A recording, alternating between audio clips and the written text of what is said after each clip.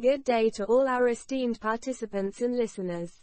It's my pleasure to welcome you to the online faculty development program on STEAM education, New Dimensions and Beyond, a joint initiative organized by the Department of Lifelong Learning at Aligappa University, India, the Department of STEAM Education at Kathmandu University, Nepal, and the Council for Educational Administration and Management, CEAM.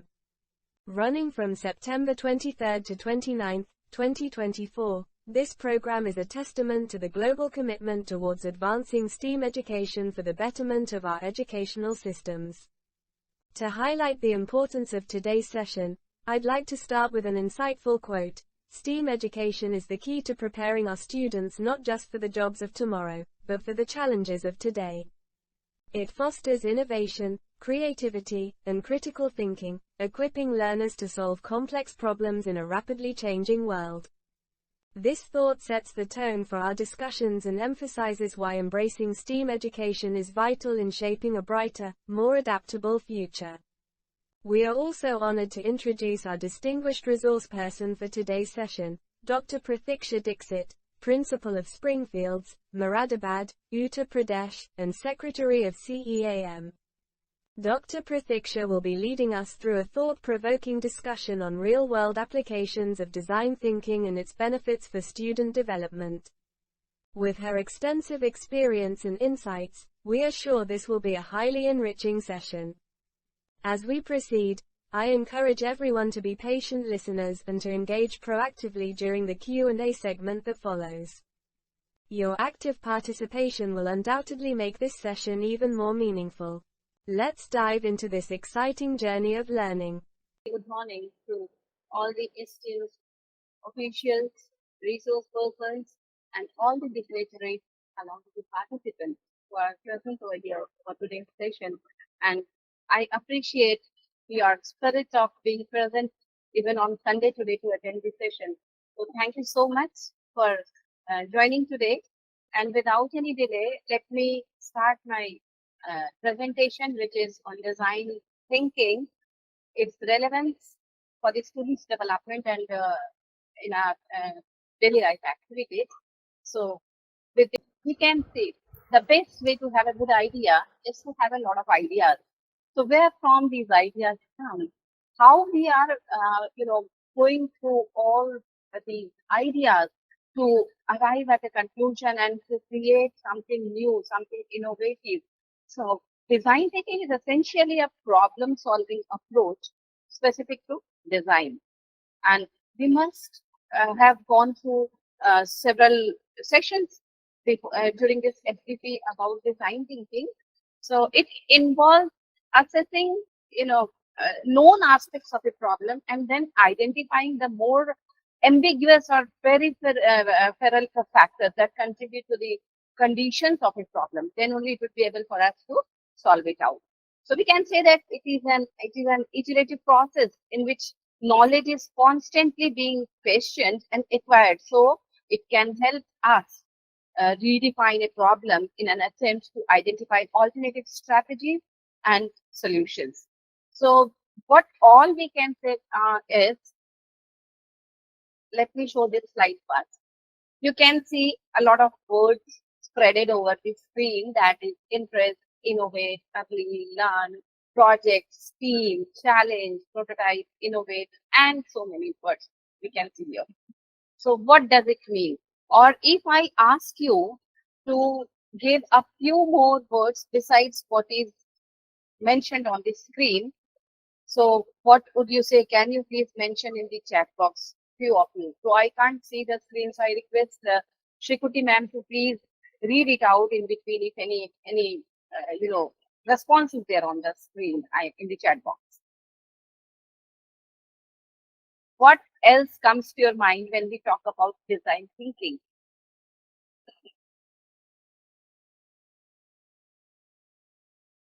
You have to question everything repeatedly.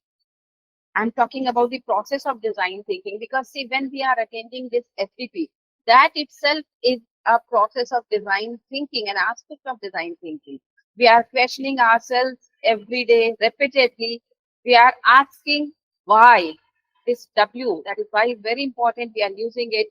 We are, putting ourselves and the learners need first. We are finding out from you all what are your requirements, and accordingly all the queries are sorted out.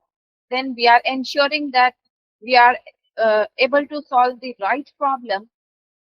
So you must have seen that some of the leading brands like Apple, Google, Samsung, MIT, MBT, they all have adapted or adopted, I should say, design thinking aspect. Means, what is design thinking actually? It is thinking outside the box. Thinking outside the box. But what little change I have made in this, I can say, word, thinking out of the box, I am using the word, why shouldn't we throw away the box and come out of the box and start thinking something in a very creative and innovative way? So the mission of design thinking is to transmit observations into insights.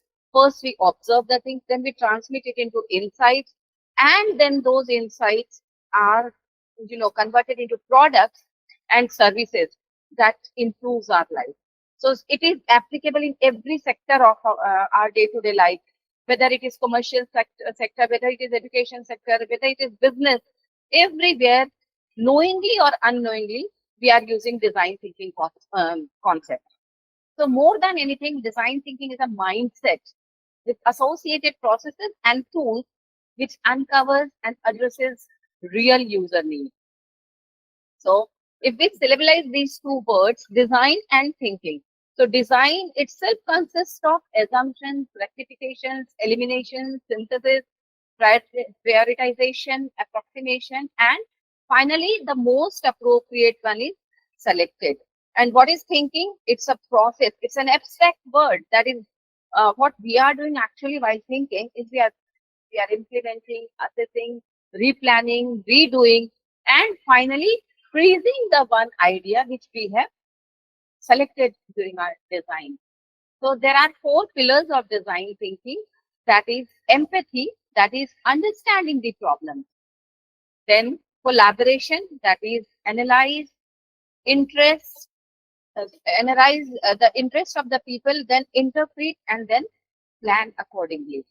Third pillar is inclusion, that is we have to imagine, we have to research, we have to ponder upon by including each and every member. If we are talking about the learners, then each and every learner in the classroom. And the last one is repeat, redo, and redefine. So here, what we do is apply creativity to create, review, and revise. And then I'm moving back to my first slide. What I said, that we are freezing the most important one. So here you can see the word R, the two letters RE before, repeat, redo, redefine. So what is its importance in design thinking? I take you back through the memory lens during the COVID time. You must remember, just look at the pandemic time. What was happening before pandemic? We were thinking about 3R strategy, right? For conservation of resources.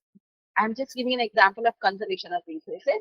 But after pandemic, environment has given us the task to reduce the possible extent, reuse rather than using blindly, and recycle rather than wasting after using, and most of all, reinvent the existing resources along with the inventing the new knowledge.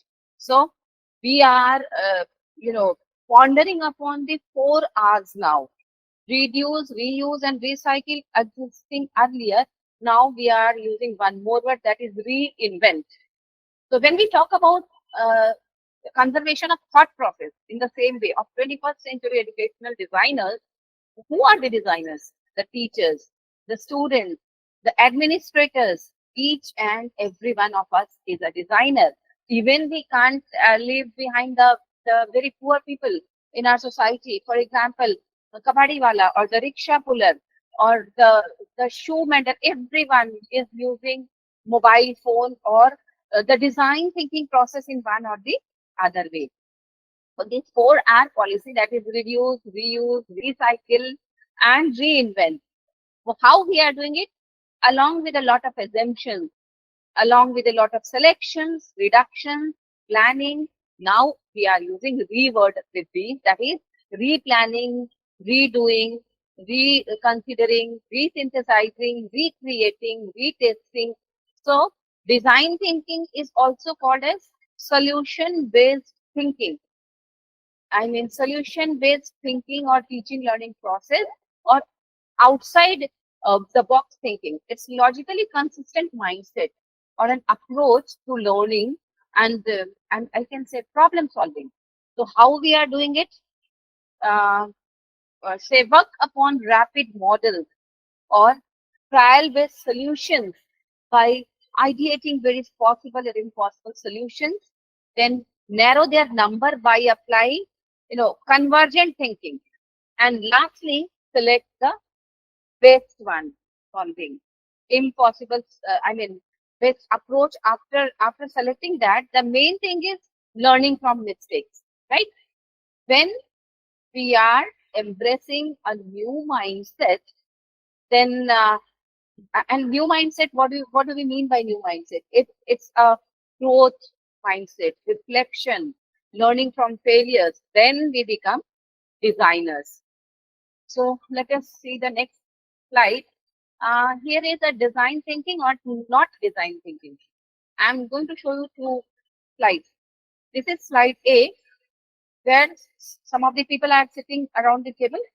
One of the person is talking to them. And the other one is, you can see a display wall where some of the members are, presenting their thoughts, displaying their thoughts, having discussion with each other. So can you tell me which one of these two is following the approach of design thinking? Slide A or slide B? Any one of you can unmute yourself and give your response. B. Yeah, very good, very nice. It is B. So now the thing is how we are able to do it by using our brain, right? We have two parts of our brain, left brain and right brain. Now, if I ask you which part of the brain is responsible for design thinking, then the answer is both the brain parts of the brain. How? Because left part of our brain is responsible for rationality, for logic, and the right brain is responsible for intuition, for emotion. So it is used. I mean, design thinking uses both the sides of the brain to solve problems. We have to keep it in our mind. In fact, we can say 3H approach should be followed. 3H approach means head, heart, and hands. So all these three are involved in design thinking process. There should be a balance between analytical and intuitive thinking. So analytical thinking focuses on standardization, while intuitive thinking focuses more on instincts to drive creativity and innovation. Okay, tell me one more thing. Is it a human-centered approach or individualized approach? Human-centered or individualized? Okay, let me tell you, it is human-centered approach. Yes, some of the participants are human-centered. Why? Because we are defining and solving the challenges of real world by using a creative approach and by involving the members of the community for which we are going to create the design. So, as I said, we strive to be flexible when rolling out any new initiative. Too often, it may happen if a new idea doesn't work flawlessly right out of the gate, then it's quickly labeled as a failure. We are doing it in our day-to-day life also. Something, I mean, we get failed at, and immediately we are getting labeled as failure. But when this happens, don't think of it as simply failing. I'm giving you a new word to think about, that is thinking of it as failing forward. Why can't we think that way, that we are failing forward? An outlook which recognizes that if you don't give up, if you learn from your mistakes, if you are then only you are better, a better position to create a stronger solution next time. by trying a different and hopefully better approach. And this is what we are learning from the design thinking process. So here are some of the definitions of design thinking. So it is the same thing. It is a human-centric approach. It's leading to innovation. Hands-on approaches are utilized in it, and it's a iterative process where we are repeatedly doing the things again and again. If we are failing, if we're failing forward, alternative strategies are being used. Problems that are ill-defined or unknown, we are tackling mostly those problems.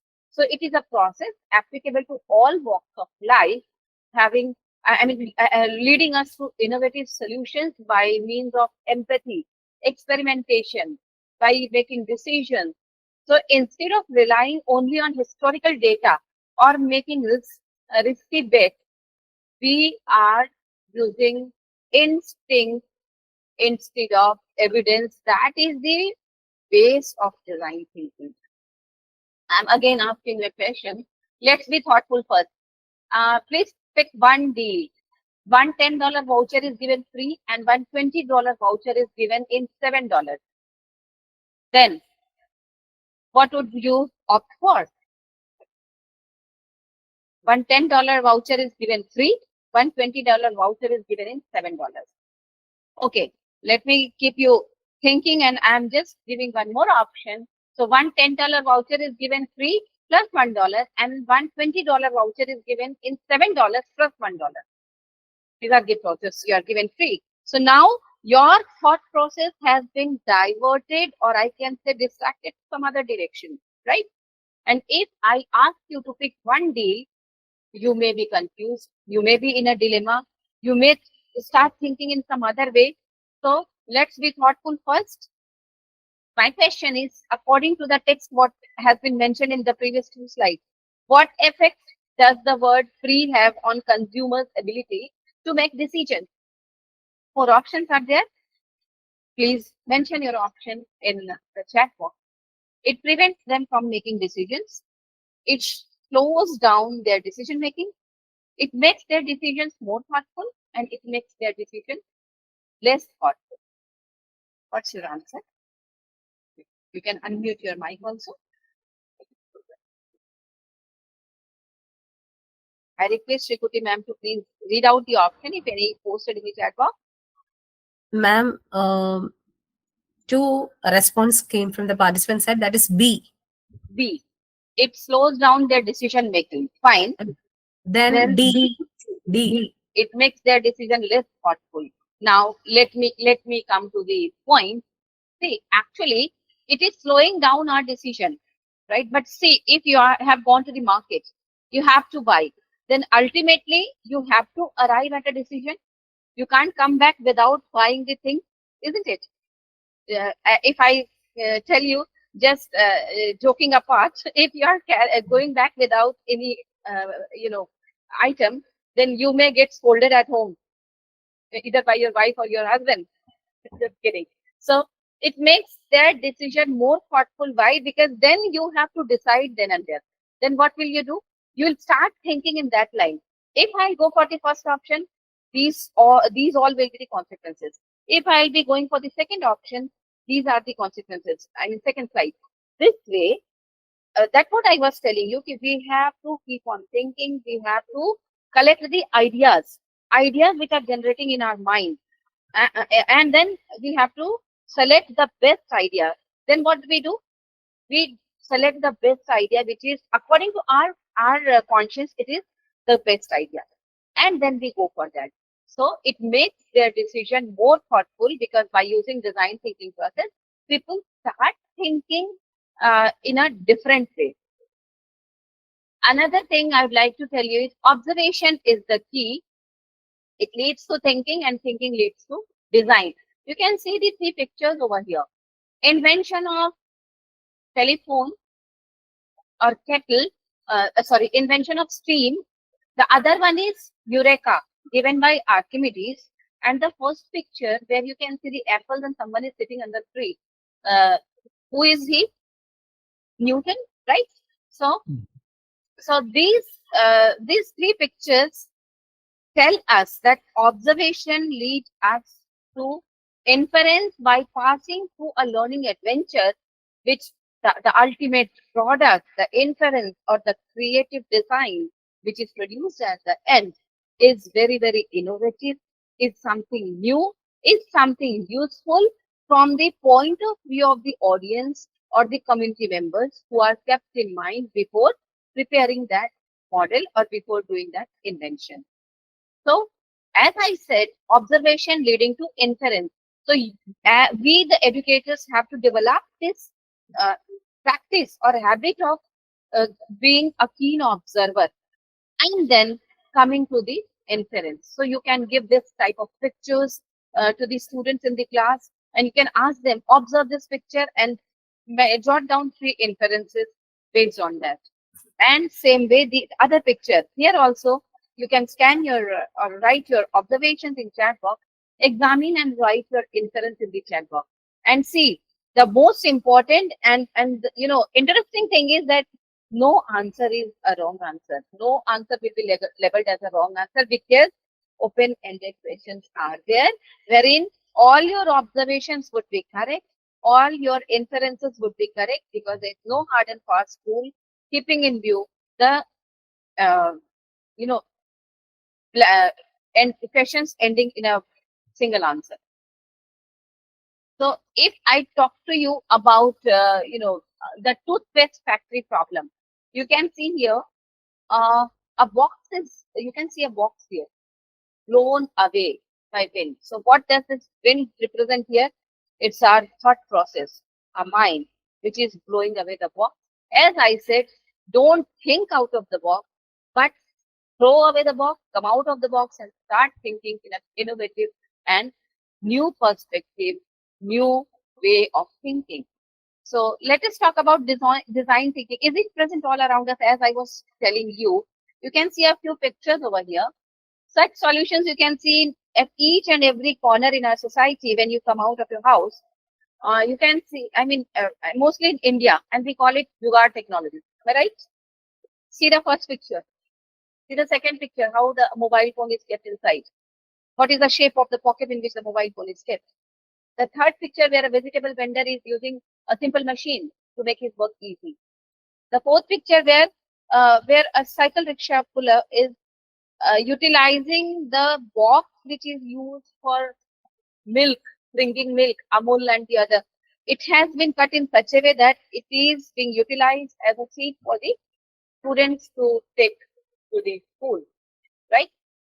So this is called design thinking. Design thinking doesn't only exist in our classrooms, not only in our conference halls, but at each and every places in our society.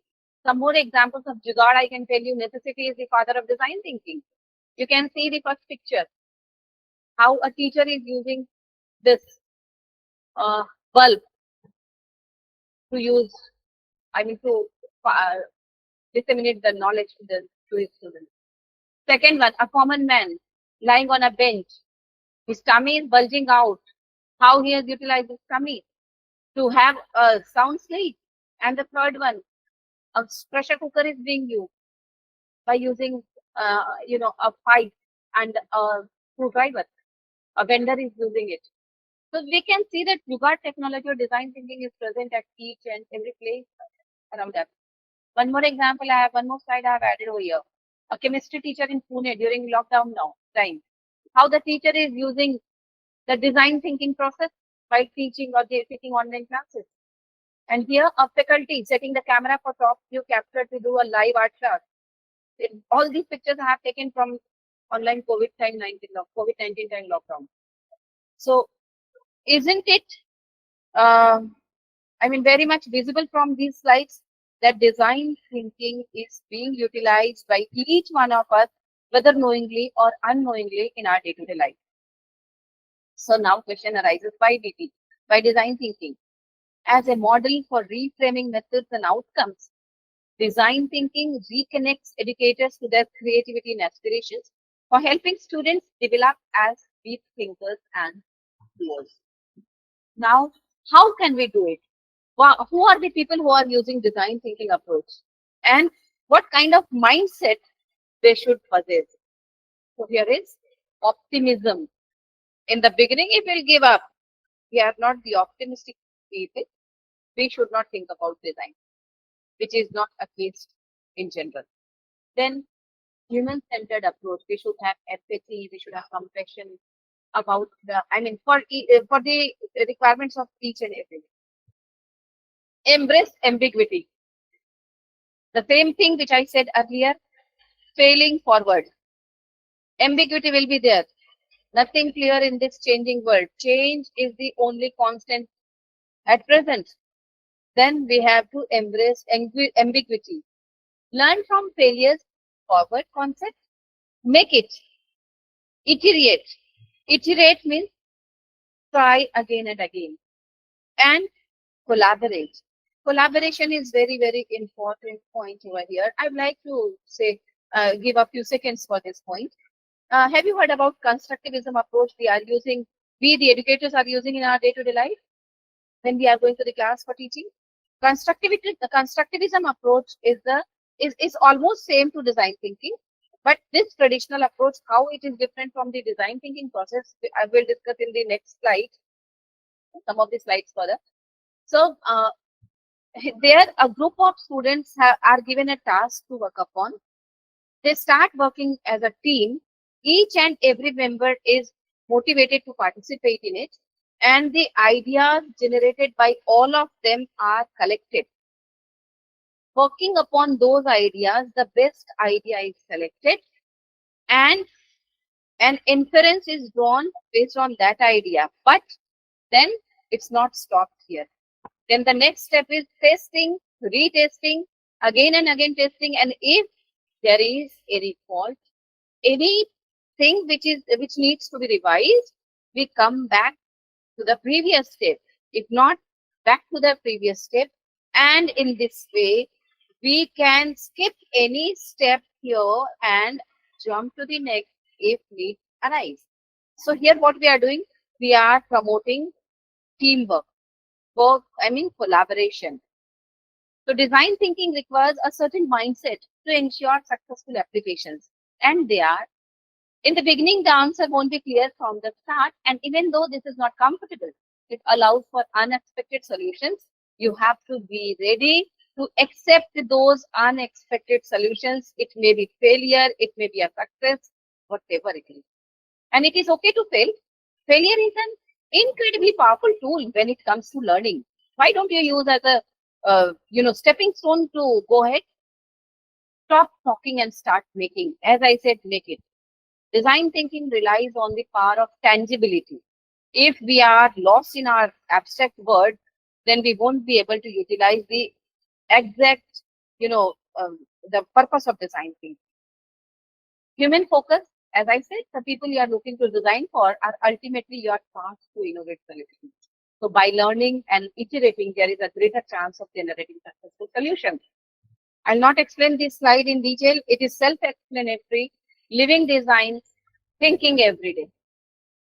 Focus on humans. Embrace experimentation. Be obnoxiously curious. Be mindful of process. Iterate everything. Show, don't tell.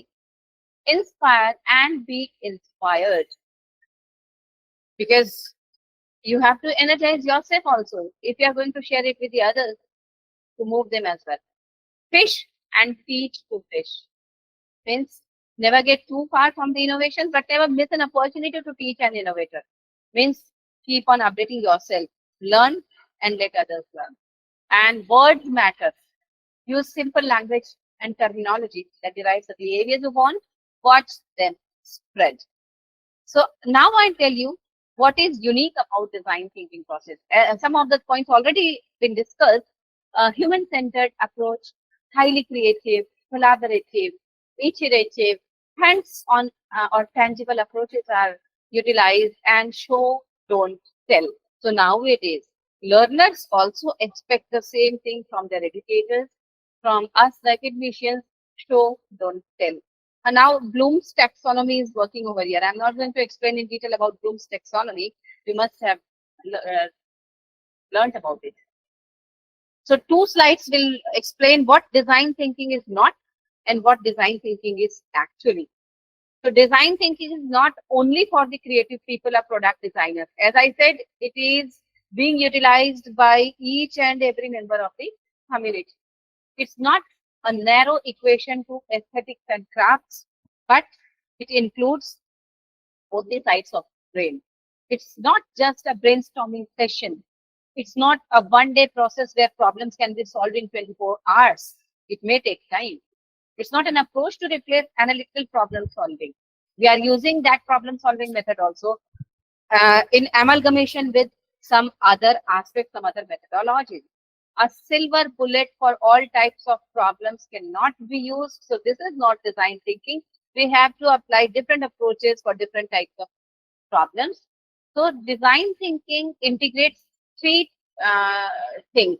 One is technology, one is people, and the other is business. If we talk about people, desirable means, do people want it? Whether the work which we are going to do is desirable, we have to think about it.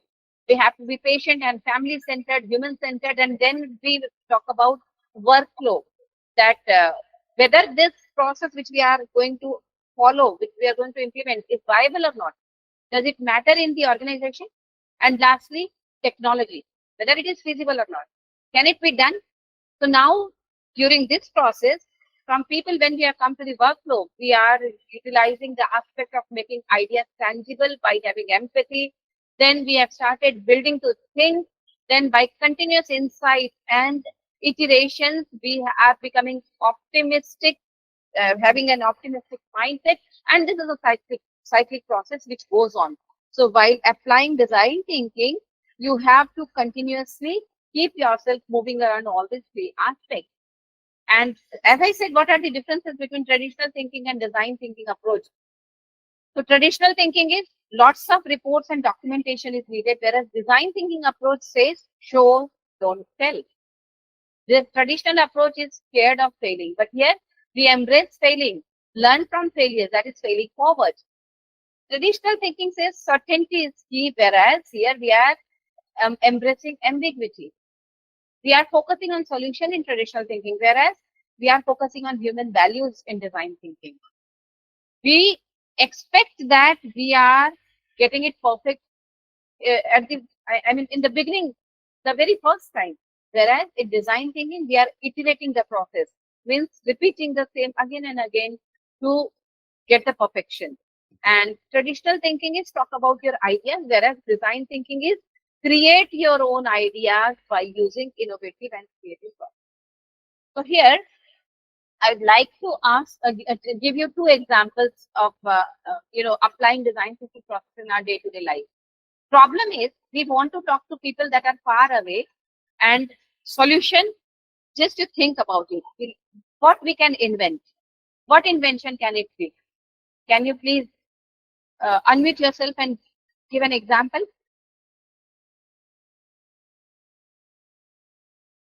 Okay, let me explain it step by step. Yeah, please. Please. Tell me, please. Somebody said something. I couldn't hear. Sorry. If we want to talk to people that are far away, what we should do? Let's dig deeper. See the bigger problem space here. What is it? We need to communicate in more than one way. One more, tag I am adding here. We need to communicate in more than one way, not only by using an audio. So we want to show our experiences also. We want to be entertained also. We move about a lot. We don't want to get lost now. So what is the need of the hour? What is the solution? I have given you so many clues. Now please let me know one example at least. How can you get all your needs in one device? What are those needs? Do we need GPS nowadays? We are coming out of house, going to some new place, and immediately we start our GPS, isn't it? We are using calculator by using your mobile phone. No need to carry the calculators to classrooms and the other places. We are using emails. We are using photos, photo options, various photo options are there, editing, and then, so many options are available. We are using it for gaming. We are using it for video calling conferences, the way we are using it now for this FDP program. And many more ways are there. We can utilize it. So someone redefined, earlier it was the invention of telephone, right? Only to fulfill our audio needs. But when we are talking about all these aspects, having some more, inventions or modifications in it, then our problem is getting solved. So we should not constrain ourselves. Now we are talking about a smartphone, isn't it? My dear colleagues, isn't it right that now we have started talking about, we are using it, smartphones we are using in our day-to-day life. So this is how we have passed across so many hurdles from the simple device to the complex one, which is fulfilling all our requirements in simply a one box kind of thing. Another example I'd like to ask you, computer system needs to know that you are you. So only you can see data meant for you. You must be using this aspect also. Like when sometimes we are given to select all the cars, select all the vehicles, isn't it? You are not a robot. Click in the checkbox, isn't it? So computer system wants to know you are you. So what you can do? Let's dig deeper. We need to know that you are you. We are bad at remembering things, isn't it? We can't remember all the things. Our mind is like a slate getting filled in and then erased. We use the same password due to laziness or bad memory. This is one of the reasons. Sometimes I also do the same thing. The same password I am using everywhere. We take shortcuts by making passwords from a pet or on the name of our spouse or birthdays or child, etc. Easy to crack, isn't it? So here, what should we do? We should think in a designed way. Design thinking approach should be followed. Now, what is the solution? How can you do it? By adding more credentials. Use password generators, or you can use face scan, you can use fingerprint scan, you can use 2FA system. So what we are doing, the two examples which I gave you just now are telling us that we are empathizing, means considering the need of the people around us. We are motivating ourselves and the others. We are changing our behavior. We are bringing appropriate changes in our behavior to bring those changes in place. And then we are moving towards the design thinking process. And what are the steps of design thinking? We'll see ahead. But before that, let me tell you, my dear colleagues, that if we want to be a design thinker, we should have any one of these two mindsets. Which mindset is required for us? Growth mindset, ma'am. Very good. Growth mindset is required, not a fixed mindset. Because growth mindset says that failure is an opportunity to grow, whereas fixed mindset says that failure is the limit of my ability. You must have come across some of the students, or sometimes we ourselves think that way, ki, ab nahi hoga. Now we are not able to do anything. Our limit has come. That is fixed mindset, but we should have a growth mindset. Then growth mindset says I can learn to do anything I want. It means the word impossible itself says that I am possible. This is growth mindset. Whereas fixed mindset says I am either good at this or I am not. My efforts and attitude determine my ability, growth mindset. Whereas my potential is predetermined, that is fixed mindset. I am inspired by the success of others, growth mindset. Whereas when I am frustrated, I give up. And feedback and criticism are personal. Don't take the feedback and criticism personally. Use them as the stepping stone to climb the ladder of success. Growth mindset says, I like to try new things, whereas fixed mindset says, I stick to what I know. So one more aspect of fixed and growth mindset is given here, that I give up easily, whereas I like to try new things. Here, action words are given mostly.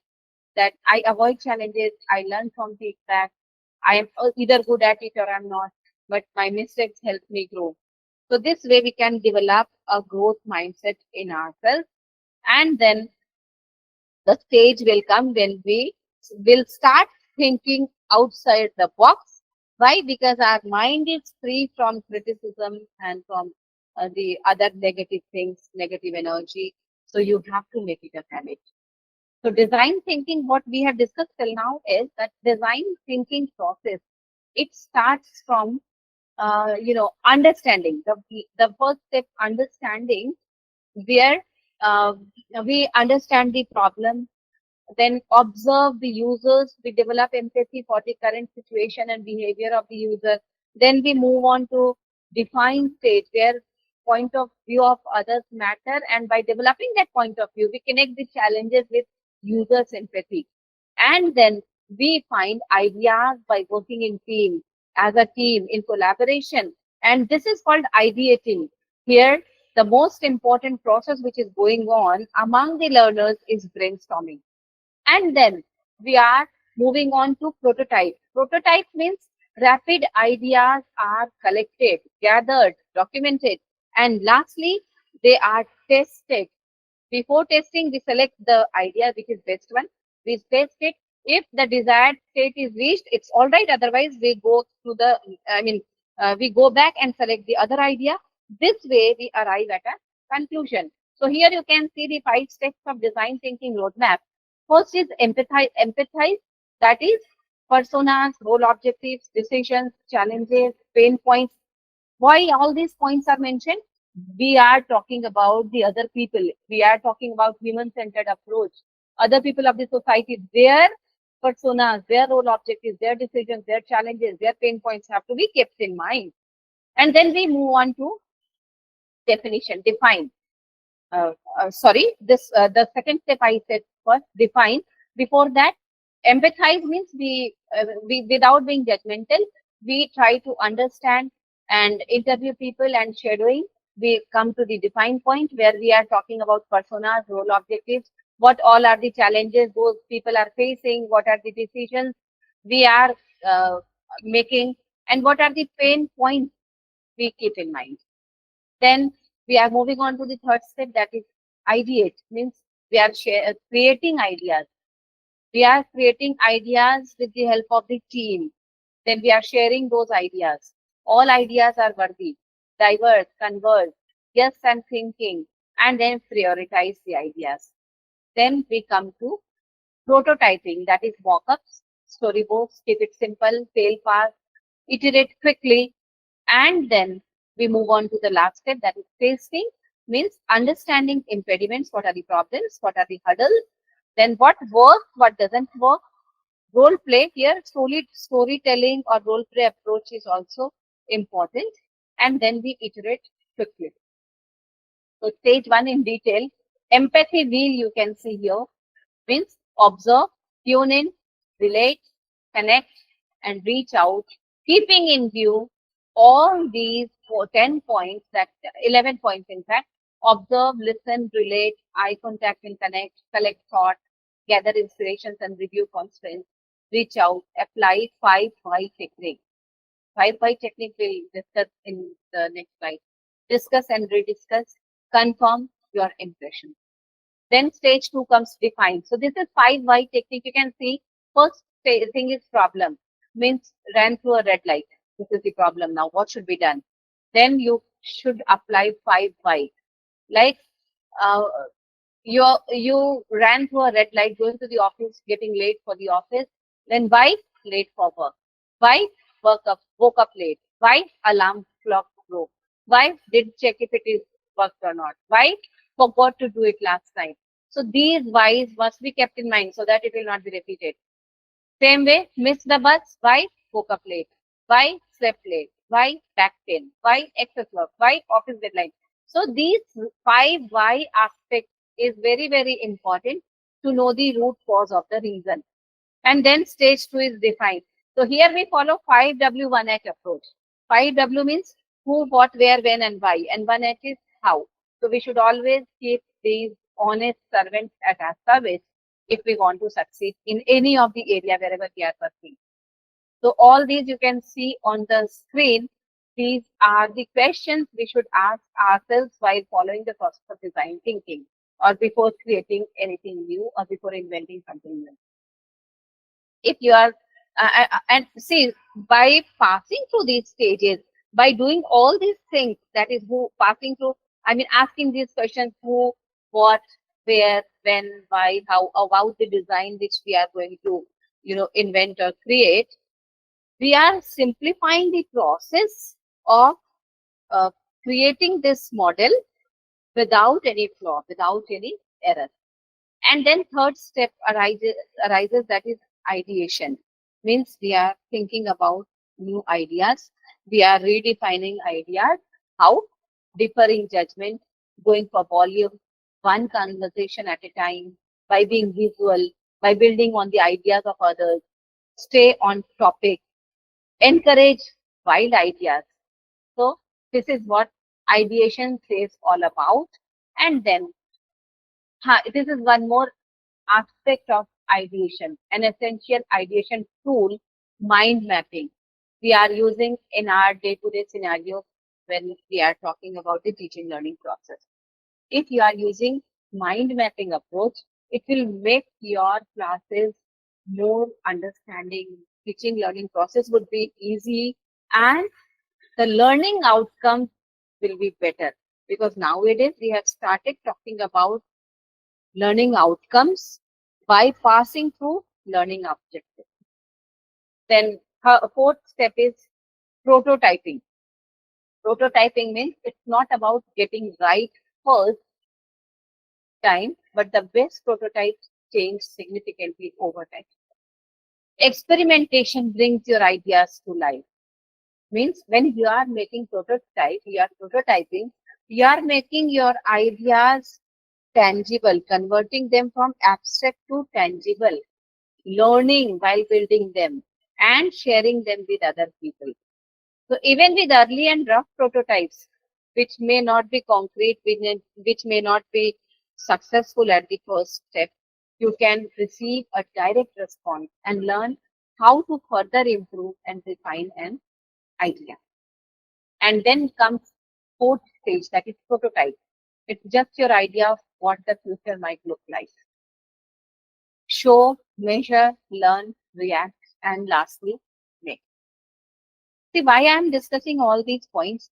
Because we are talking about, our day-to-day life example. How can we utilize design thinking, and how is it going to help us, the academicians, the research scholars, in our future endeavors? So last stage comes fifth step, that is evolution stage by testing.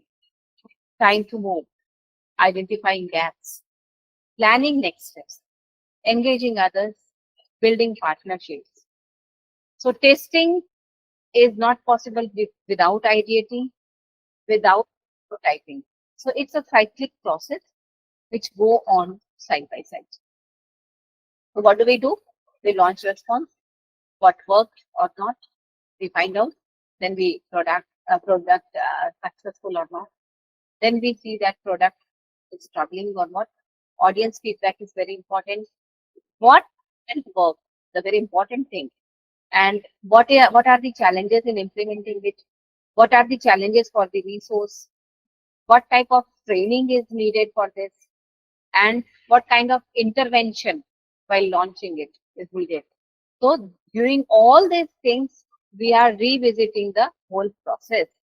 The summary of it is: think, work to understand your users, think more and prioritize ideas, think, test some ideas as prototypes, and then repeat until you think you got it right. So you can see that thinking is not out of any of the circle over here.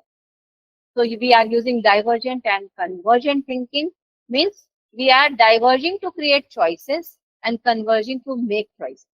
We use two words in the beginning: create choice and convert choice, make choice. So we have to make sure that we are solving the right problem, and then diversion and conversion process goes on until we confirm the testing process. So design thinking process works somewhat this way. Empathize and reframe. Empathize by diverging, reframing by converging, again ideating by diverging, and prototyping and testing by converging. This is our mindset which is working to diverge it or to converge it. So here, problem space, the empathize and reframing part, and solution space, ideating and prototyping and test. So we are moving from design challenge to design solution. So earlier it was looking like this thread, design challenge, which is so much complicated, all woven together, mixed together. And finally, by passing through all these 4 or 5 steps, by continuously diverging and converging accordingly and appropriately, we are getting a straight solution, design solution. So concluding thought can be contemporary education and design thinking based education. What are the differences? Contemporary education is time based, whereas design thinking education is outcome based. See why the word contemporary is used, because it is still being used. I am not talking about traditional method. At some of the places, traditional methods may be in use, or some have moved ahead to futuristic education point of view and using the contemporary education. But we have to move ahead to gain or to achieve the 22nd century skill. Time has come that now we have to start thinking about 22nd century skill. So that is where we are talking about design thinking based education. So contemporary education is pre-decided learning, whereas design thinking is futuristic learning, that is possible new learning. Memorization in contemporary education, whereas NEP also says higher order thinking, come out of the rote learning process. Fixed mindset, contemporary education, and growth mindset, design thinking based education. Contemporary education is teacher centered and its purpose is assessment and closed kind of curriculum is being used, whereas in design thinking approach or in design thinking based process, it is learner centered. Its purpose is knowledge creation, and boundary less curriculum is being followed. And then what is taught is what is assessed. This is the thinking in contemporary education, but here we are learning together in a collaborative way. And fixed pace of learning used in contemporary education, whereas facilitator driven purpose based education is known as design thinking based approach. So now reconsidering our first slide, which we used as the difference between traditional thinking and design thinking, we can summarize it using a few words. Traditional thinking, avoid failures. Design thinking, fail fast. We are failing many a times. Sustaining order and get it right in the first time is traditional thinking, whereas iterating and tasking risk is design thinking. So lastly, standardization is traditional thinking, whereas humanitization is design thinking. So don't be logical only, be emotional also. Design thinking doesn't say that we have to keep aside the logic. Here, both the aspects, the H aspect, as I said, head, heart, and hand, all the three are needed. So these are the benefits of design thinking. Now I'm coming to the second point mentioned in the topic of today, that is benefits of design thinking. What are the possibilities? So complements other problem solving techniques. Not only one, but the other problem solving techniques are also embraced wholeheartedly. Then it helps organizations become more innovative. It helps to solve human problems. It helps to increase students, parents, and staff satisfaction. And it helps to gain competitive advantage. Design thinking in education, if we talk about, here I would like to give you one. Okay, that slide has gone. Okay, let me ask one thing. Suppose a truck is passing over a bridge and it got stuck between the roof, the ceiling portion of the bridge and the floor. Now tell me, what kind of design thinking aptitudes you will or attitude you will follow to make the truck move? Any one of you? You can unmute yourself and please let me know. An incident where a truck driver tried to pass under a low bridge, but he failed and the truck was, lodged firmly under the bridge, and the driver was unable to continue driving uh, through, or reverse out also is not possible. Then tell me, you are a design thinker now. Tell me how you can help the truck driver. Please unmute yourself. It would be appreciated if we'll make it an interactive session in between. Any one of you?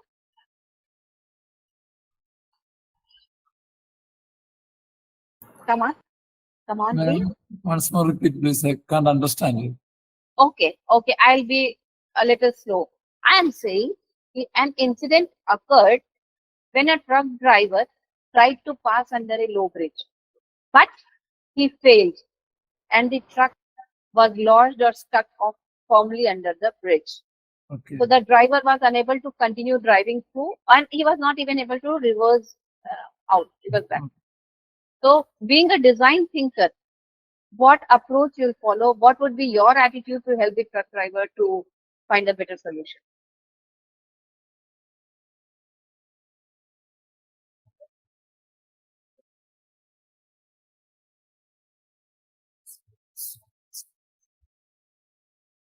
And now a lot of massive traffic problems also. You are getting delayed. Sometimes voice break is a problem, ma'am. So see, as I said, now traffic problem That is there. better, I think. It resulted in emergency personnel, engineers, firefighters, and truck drivers all gathered over there, and they tried to devise and negotiate various solutions. The solution can be. Ma'am. Yes, please.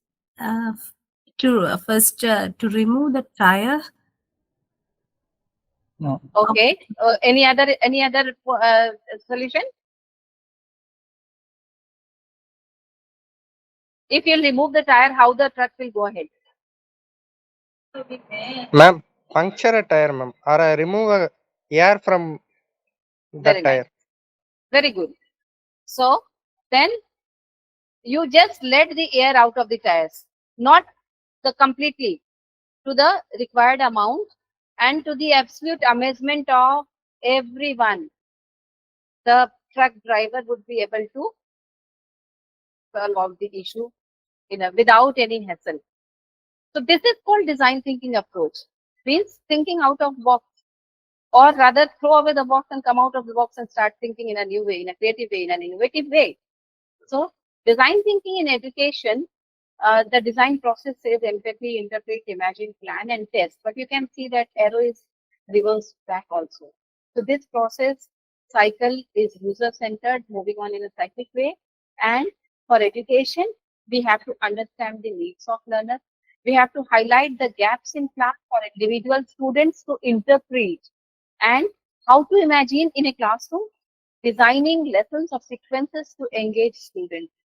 And then plan your lesson in a collaborative, share and revise lesson or sequence by engaging and involving each and every member present in the classroom, all the learners. And lastly, testing means deliver and observe outcome. Was it relevant? How can you check it? You can check it by testing, by various type of assessments. Time paucity is there. Otherwise, I would have dealt it in some more detail how to solve out the problem of slow learners in the classroom by using design thinking. So, how can we utilize in curriculum creation? By using all these, some of the real world applications of design thinking are mentioned over here, which we have already discussed, and some more mentioned in this slide. Real world applications of design thinking. It helps students, engineers, teachers, business class people, everywhere in the society. And the future of design education would be somewhat like this.